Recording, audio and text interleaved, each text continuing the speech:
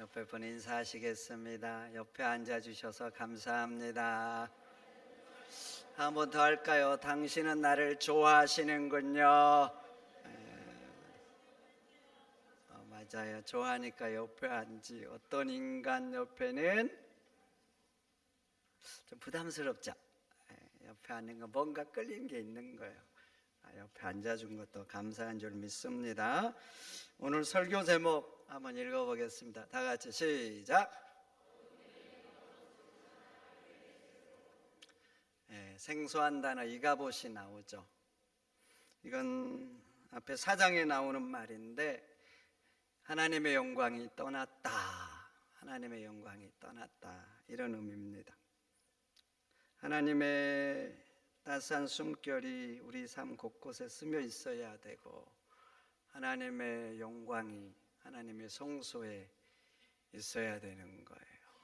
근데 하나님의 그 따스한 숨결이 이스라엘 중에서 말랐고, 하나님의 영광이 그들 중에서 떠났다는 겁니다.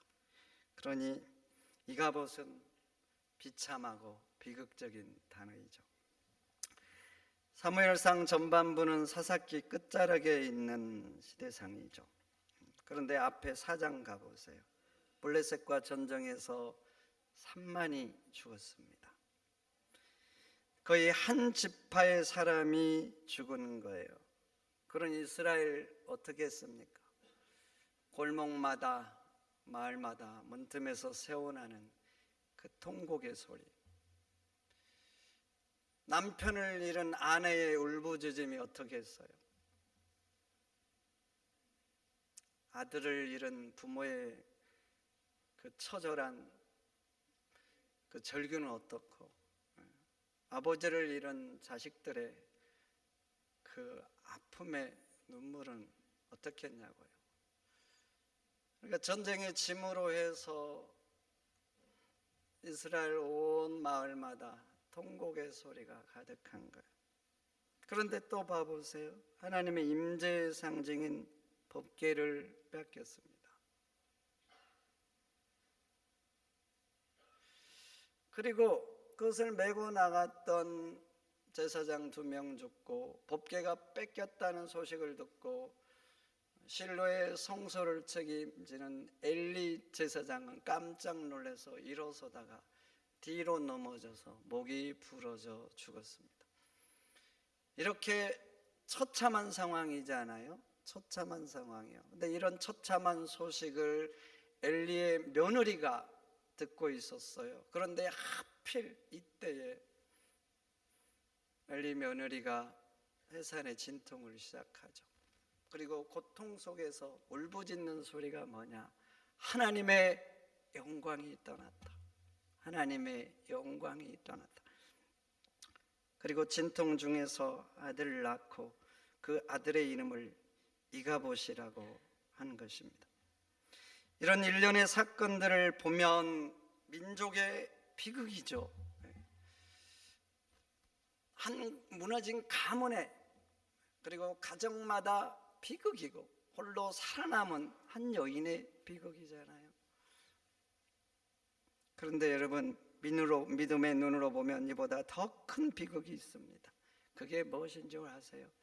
전쟁의 증거 아닙니다. 법궤를 뺏긴 것도 아니에요. 이스라엘 중에서 하나님의 영광이 떠나간 것, 이게 진짜 비극인 것이죠. 우리도 살다 보면 힘든 일 당할 수 있습니다. 그래서 아프고 괴롭고, 엘리의 며느리처럼 그러면 통곡할 수 있어요. 아파서 고통스러워서 처절하게 몸부림칠 수도 있는 겁니다. 근데 진짜 비극은 그런 일을 통해서 우리 마음속에 하나님을 밀어내는 거예요. 온통과 하나님에 대한 불신을 마음속에 가득 채워서 우리의 심령 속에서 하나님이 거할 수 없게 하는 것, 그래서 우리의 마음에서, 우리의 삶에서 하나님의 영광이 떠나가는 것, 그게 진짜 비극인 것이죠. 그래서 다윗을 보세요. 바세바를 취하고 그 남편을 죽이는 죄를 지었죠. 나단 선지자의 지적을 받고 처절하게 눈물로 회개를 하죠. 얼마나 처절하게 눈물로 회개했더니 그 눈물이 침상을 띄었다 그래요. 그런데 그렇게 처절하게 하나님 앞에 기도하면서 다윗이 하나님 앞에 간절히 원한 한 가지가 있었어요. 간절히 원한 한 가지. 그게 뭐냐? 주의 성신을 나에게서 거두지 말라는 거였어요. 주의 성신을 내게서 가져가면 안 된다는 거예요. 다윗이 지키고자 한 것은 그의 왕자가 아니었습니다. 화려한 궁전도 아니었어요. 자신의 명예를 지키는 것도 아니었어요. 이 범죄를 통해서 하나님이 왕자 가져다 되고 내 명예를 없애도 되는데 한 가지는 하나님 거두지 말라는 거예요. 주의 성신. 여러분, 그렇습니다. 진짜 문제는 전쟁의 징계 아니에요. 법궤를 빼앗는 것도 아니에요. 하나님이 떠난 이가봇인 거예요. 하나님의 영광이 떠나면 그게 진짜 믿는 사람들에게 문제고, 하나님의 영광이 떠나면 그게 이 나라의 진짜 비극이고, 이 교회 가운데 하나님의 영광이 떠나면 그게 비극인 것입니다. 그럼 어쩌다가 하나님 백성 중에서, 하나님 성소 중에서 하나님의 영광이 떠났을까요? 이스라엘 백성들이 도저히 하나님이 그들과 함께 거하실 수 없도록 만든 겁니다. 거할 수 없도록 한 가장 중요한 요인이 뭔가? 다른 것들도 있어요. 근데 가장 중요한 요인이 뭔가? 영적으로 외도를 했다는 것입니다. 아주 빈번하게, 그것도 세게. 그들 하나님 믿었어요. 그런데 하나님도 믿고 다른 신들도 믿는 거예요. 하나님을 믿는데 세상 성공을 위해서는 바알도 믿은 거예요. 세상의 쾌락과 즐거움을 위해서는 그들의 마음속에 아세라를 품고 산 겁니다. 하나님을 믿는데 다른 신들을 여기저기 두고 영적인 외도를 여기서도 저기서도 계속한 거예요. 하나님께서 이스라엘 백성을 자기 백성 삼았습니다. 그리고 출애굽 후에 약속의 땅에 들이셨어요. 그리고 그들에게 주신 첫 번째 계명이 뭐예요? 가장 중요한 계명이 뭡니까? 그 계명이 뭐예요? 나 외에 다른 신을 두지 말라는 거예요. 그리고 이 계명은 상계명까지 이어집니다. 상계명의 핵심은 이렇죠. 하늘에 있는 것이나 땅에 있는 것이나 땅 아래 물속에 어떤 것으로도 하나님을 만들면 안 된다는 것이었습니다.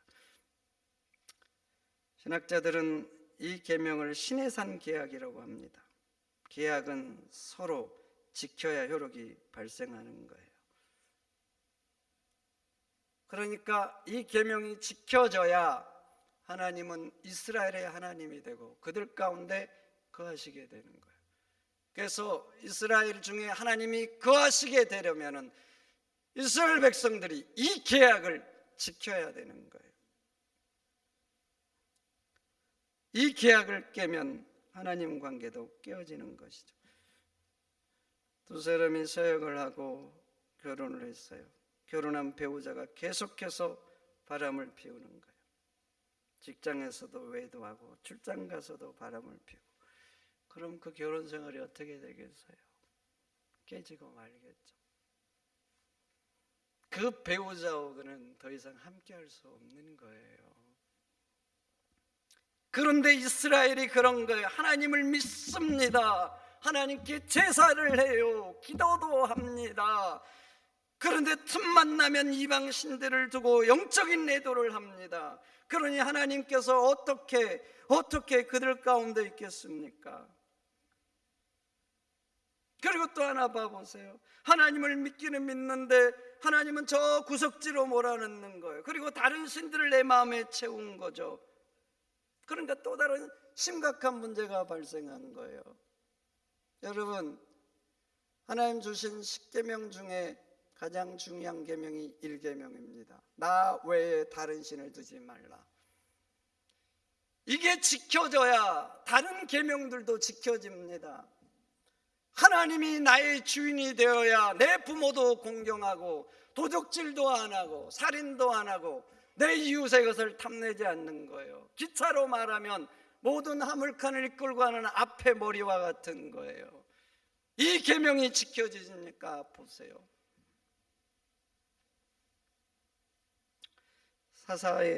사사기 말기 어떤 일이 일어납니까? 어떤 일이? 하나님께 제사하고 기도하지만 또 하나님의 이름으로 모여서 총회하지만 결국은 모든 것을 자기의 뜻대로 하고 맙니다. 하나님의 이름으로 모였는데 묻지를 않아요. 그리고 개개인의 삶들도 한번 봐보세요. 삼손 사사고 나실이지만 육체의 욕망을 따라 살고 감정이 올라와서 들끓으면 참지 않고 사람을 죽이는 것도 망설이지 않습니다. 사사고 나실인입니다. 나실인. 그런데 참지 않아요. 그 다음 레인 봐보세요. 자기 살겠다고 아인을 붙잡아 불량자들에게 내어주고 그 불량자들이 자기를 위협했다고 보복을 결심하고 그 일을 악하고 잔인하게 키워서 선동해서 결국 동족 상잔의 비극을 만들어내고 말죠. 레인입니다. 레인. 왜 사사고 나실인을 말하고 그 다음에 레인을 언급할까요? 그리고 삼상으로 넘어가서 이제 제사장 어떻습니까? 제사장 하나님의 제사를 멸시하고 그 제사에 오물을 껴는 것 같아요. 그런 행위를 해요. 하나님께 제사하는 그 자리는 하나님이 백성의 죄를 사하고 다시 거룩케 하는 자리예요. 그래서 굉장히 중요하고, 그래서 그 사역은 우리 예수님께서 십자가에서 우리를 대속해 죽은 그것의 그림자인 거예요. 이게 너무나 중요하기 때문에 하나님은 특별히 제사장을 세운 거예요. 이것을 거룩하게 지키고 나가라고. 근데 그 제사장이 그 제사에 오물을 걷는 거예요. 그리고 또 보세요. 그 성막에서 수종들은 여인들을 범했다고요. 여인들입니다. 여인들 복수로 나와요.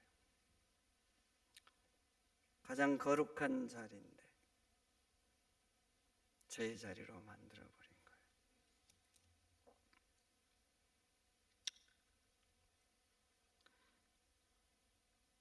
여러분 아셔야 됩니다. 하나님 믿는 사람들이 하나님 외에 다른 것으로 채우면 인간의 마음은 여지없습니다. 여지없어요. 사사시대 사람처럼 예배하죠. 우리도 예배하죠. 사사시대 사람처럼 기도하죠. 그러나 결국 내 뜻대로 해버리고 감정 올라오고 욕망 들끓으면 결코 절제하지 못합니다. 결국 그대로 끌려가고 마는 거예요. 그래서 신앙은 하나님만 섬기는 게 중요합니다. 다시 사사시대로 가보세요. 성막 있는데 이제 그곳에 하나님 안 계시죠.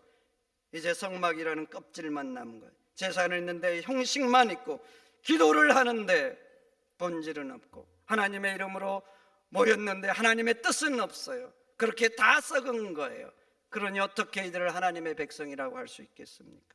어떻게 하나님이 이들과 함께 할 수 있겠습니까? 그래서 이 시대가 이가봇이 되는 거예요. 그런데 이것은 사사시대뿐만 그런 게 아니에요. 유다 말기로 봐보세요. 망하기 직전 유다 말기, 솔로몬이 지은 웅장하고 화려한 성전이 있습니다. 그곳에서 하나님께 제사합니다. 그런데 말이죠, 하나님께 제사하는 그곳에 우상의 제단도 세웠어요. 우상의 제단을 세웠다는 것은 그곳에서 하나님께도 제사하는데 우상들에게도 제사를 한다는 것.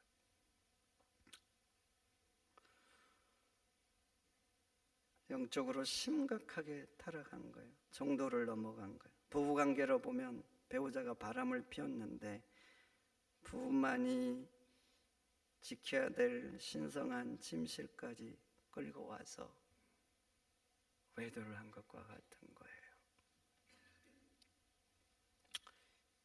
그래서 에스겔이 말합니다. 그 성전에서 여호와의 영광이 떠났다고. 여호와의 영광이 떠났다고. 여호와의 영광이 떠나니까 그 후에 어떻게 됩니까?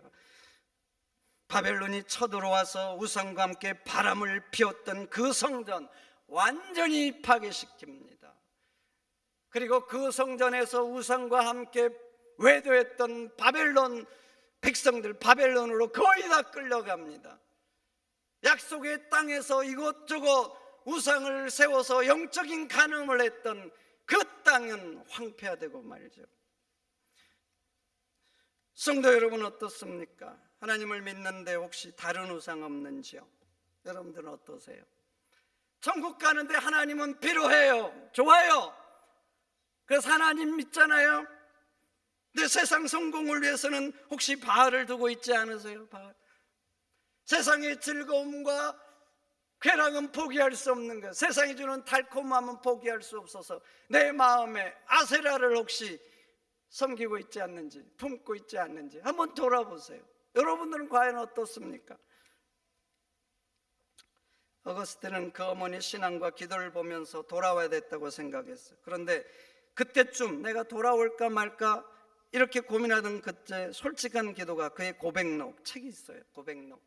이 책은 신학생들이 가면 필독서로 꼭 읽힙니다.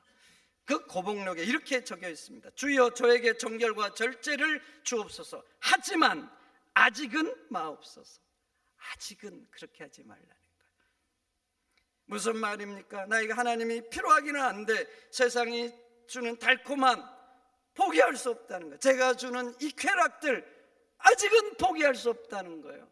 그래서 하나님이 필요하긴 한데 아직은 나에게 그렇게 하지 말라는 거예요. 아직은.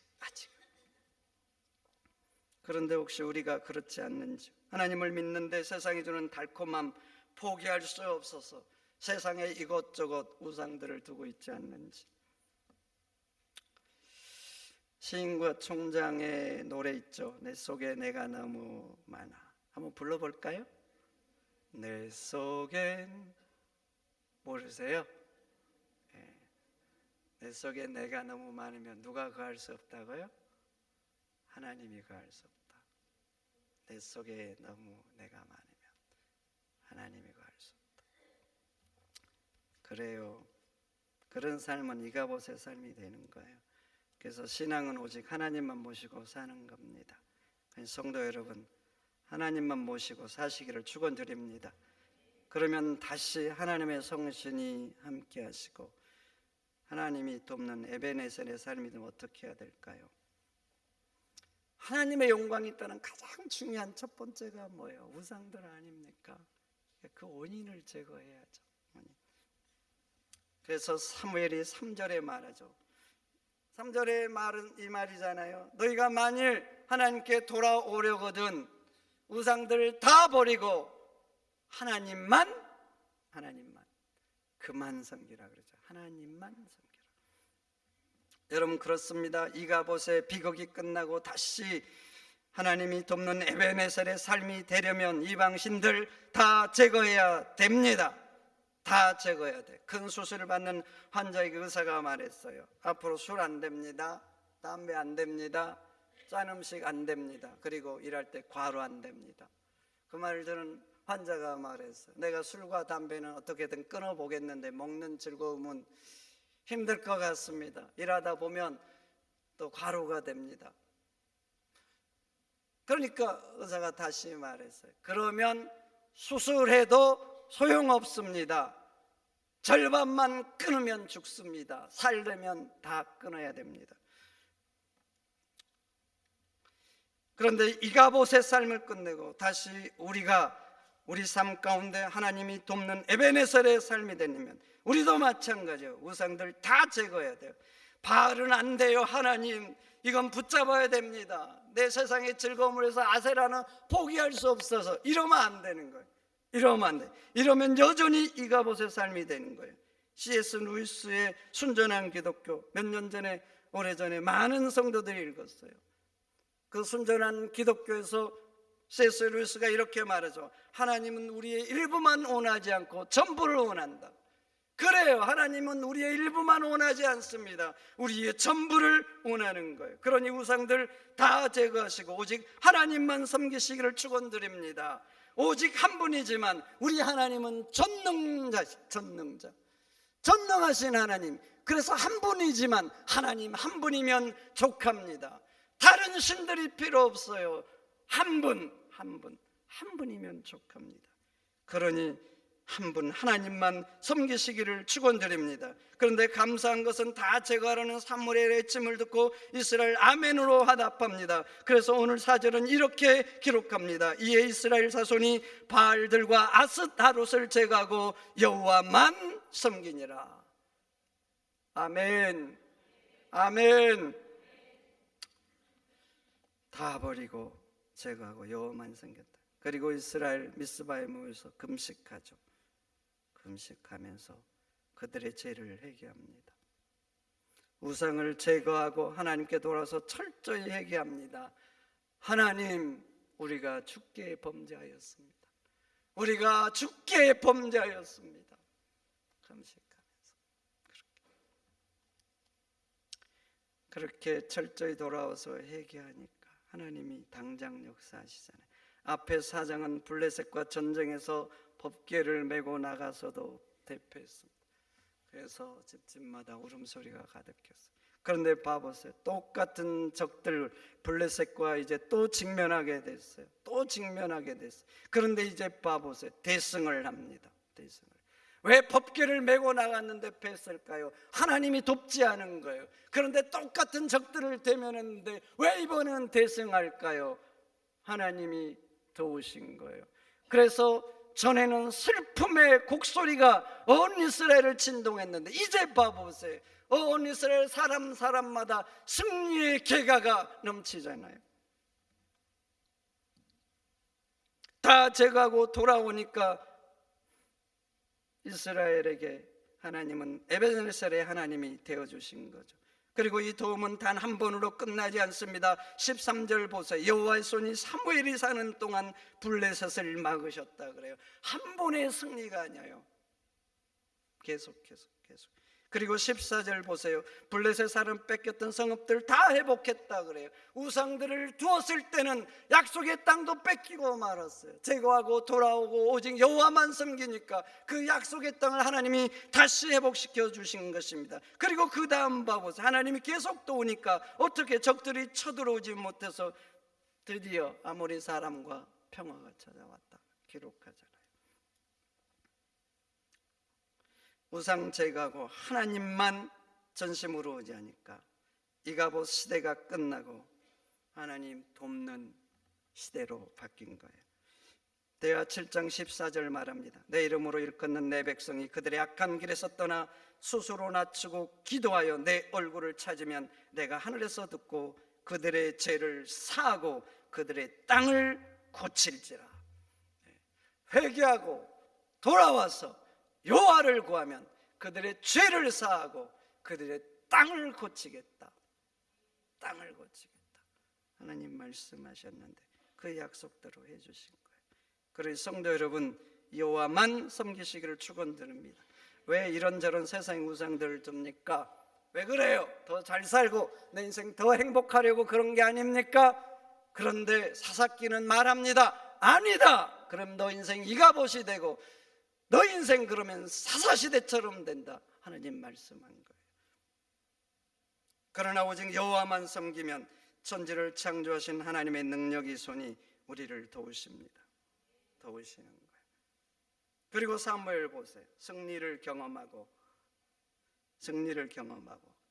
우리를 도우셨다고 돌을 세우고 그 이름을 에벤네셀이라고 합니다. 그런데 여기까지 도우셨다 그래요. 여기까지. 그런데 이 단어가 의미가 있어요. 지금 도우셨다, 오늘 도우셨다 그러면 주목 안 해도 돼요. 그런데 여기까지요. 여러분 봐보세요. 이스라엘 백성이 여기까지 오기까지 그 인생의 발자취를 보세요. 자랑스럽지 않습니다. 저치마다 죄가 얼룩져 있어요. 우상 숭배, 동족 상잔의 비극, 기타 등등. 근데 여기까지 도우셨다는 거예요. 무슨 말인 줄 아세요? 그런 삶을 살았어. 그런데 하나님을 제거하고 주님만 이방 신들을 제거하고 여호와만 오직 섬기니까 이런 삶의 자체도 불구하고 하나님은 협력하여 선을 이루어서 여기에서 승리를 주셨다는 겁니다. 여러분, 그렇지요. 우리 삶도 살다 보면 결코 자랑스럽지 못한 인생 스토리들을 기록하며 삽니다. 부끄러운 죄들, 함께 사는 사람들을 아프게 하고. 그런데 말이죠, 우상 제거하고 회개하고 하나님을 섬기면 우리가 죄악의 스토리를 쓰면서 살았는데 그럼에도 불구하고 하나님이 다시 도우시고 역사하셔서 우리 인생 스토리가 생명의 역사를 쓰게 하신다는 거예요. 아멘입니까? 그리고 또 보세요. 사무엘은 이 돌을 세우고 에벤네셀이라고 합니다. 왜 에벤네셀이라고 할까요? 돌을 세우고 수많은 이름들이 있어요. 그런데 에벤네셀이라고 합니다. 이게 무슨 말이에요? 이건 우리가 잘해서가 아니라는 거예요. 우리의 능력이 아니라는 겁니다. 하나님의 전적인 은혜라는 거예요. 이것을 볼 때마다 하나님의 은혜라는 것, 여기까지 온 것, 우리 그의 제약된 스토리에도 불구하고 하나님의 은혜라는 것, 은혜로 승리했다는 것을 마음에 새겨라는 것이죠. 여러분, 그렇습니다. 우리가 여기까지 온 건 우리가 잘해서 아니요, 능력이 좋아서도 아니고 운이 좋아서도 아닙니다. 전적인 하나님의 은혜인 줄 믿습니다. 우리도 이스라엘 백성처럼 연약하고 악하고 다른 우상을 들었지만, 그렇지만 그럼에도 불구하고 하나님의 은혜로 여기까지 인도하신 거예요. 그래서 우리 인생이 여기까지 온 것도 에베네셀이고 우리 교회가 여기까지 온 것도 하나님의 은혜입니다. 이 민족, 이 국가가 여기까지 온 것도 에베네셀인 줄 믿습니다. 그러니 에베네셀의 하나님을 찬양하시기를 축원드립니다. 에베네셀의 하나님을 더 붙들고 사시기를 축원드립니다. 그리고 또 하나 보세요. 왜 돌을 세워서 에벤네셀이라고 할까요? 이 돌을 볼 때마다 여기까지 인도하신 하나님이 장래에도 앞으로도 계속 도울 것을 마음에 새기라는 것입니다. 출애굽한 이스라엘 봐보세요. 애굽에서 하나님 인도하실 때 얼마나 놀라운 기적을 행했습니까? 인간 세상에서 볼 수 없는 놀라운 기적을 행하셨어요. 그리고 출애굽하기 직전에 봐보세요. 홍해를 가르셨어요. 근데 이스라엘 백성들 문제를 만나면 다 있죠. 작은 문제만 만나도 광야에서 얼마나 불평합니까? 인간은 마음에 새기지 않으면 있습니다. 남편과 아내가 차를 타고 가는데 아내가 여보 큰일 났어. 내가 대림질하다가 전기선을 안 뽑은 것 같아. 그럼 이제 돌아가야 돼요? 안 돌아가야 돼요? 그래 돌아간 거예요. 갔더니 뽑아놓은 거예요. 그 며칠 후에 또 이제 아내랑 남편이랑 이렇게 차를 타고 가는데 여보 너무나 미안한데 내가 이게 전기 또 대리면서 뽑은지 안 뽑은지 기억이 안 나. 아무래도 안 뽑은 것 같아. 가서 봐야 될 것 같아. 갔더니 또 뽑아낸 거예요. 또 며칠 가는데 아내가 또 그래. 여보 어떡해. 나는 왜 그런지 몰라. 또 안 뽑은 것 같아. 그랬더니 남편이 뭐라 해? 여보 당신이 그럴까봐 내가 아예 대리미를 뽑아서 차에 실어놨어.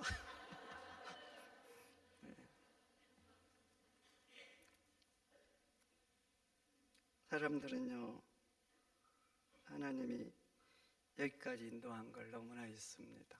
큰 어려움 중에도 문제 중에도. 그래서 사무엘이 그런 거예요.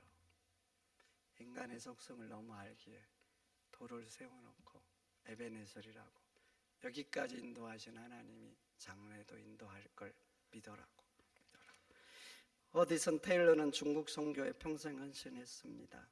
근데 그 사무실에 두 가지를 걸어놨대. 하나는 에베네셀 여기까지 도우셨다는 의미죠.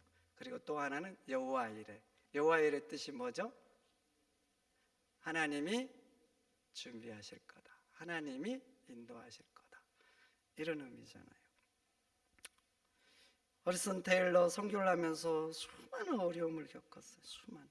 아내도 죽었어요. 심지어는 풍토병 때문에 어린 자식들도 죽었어요. 많은 어려움을 겪었거든요. 근데 그럼에도 불구하고 하나님 여기까지 인도했다고. 내 하나님 에벤에셀의 하나님이라고 고백한 거예요. 그렇게 에벤에셀의 하나님을 경험한 허드슨 때는 또 다른 신앙이 있는 거예요. 그래서 고백한 거예요. 여기까지 인도하신 하나님께서 앞으로도 장래에도 인도하실 여호와 이레의 하나님이라고. 그래서 이 두 개를 거론한 거예요. 여기까지 인도하신 하나님이 에벤에셀 하나님이 장래에도 인도하실 여호와 이레 하나님이라고. 여러분 그렇습니다. 여기까지 살아온 동안 문제 있고 아프고 때로는 악하고 했지만 하나님이 그럼에도 불구하고 우리를 여기까지 인도하셨습니다. 그런데 앞으로도 여전히 인도하실 겁니다. 여러분 살다 보면 인생의 사계를 계속 만날 거예요. 꽃피는 봄도 가을에 열매 맺는 계절도 만나겠죠. 그러나 또 하나가 기다리고 있어요. 추운 겨울 눈몰아치는 매서운 바람을 그런 계절도 만나게 될 거예요. 그렇게 인생의 매서운 겨울을 만나도 여기까지 인도하신 에벤에셀의 하나님이 장래에도 앞으로도 여전히 인도하실 여호와 이레의 하나님이심을 믿으시기를 축원드립니다. 믿으시기를 축원드립니다. 기도하겠습니다. 하나님 감사합니다. 이스라엘 사람들은 우상을 듬으로 이가봇의 시대를 만들었습니다. 하나님 다른 신을 둠으로 하나님의 영광이 없는 그런 비극적인 삶을 만들지 않도록 우리의 삶을 지켜 주옵소서. 오직 여호와만 섬기게 하소서. 여호와만 붙들게 하소서. 우상들은 제거하게 하소서.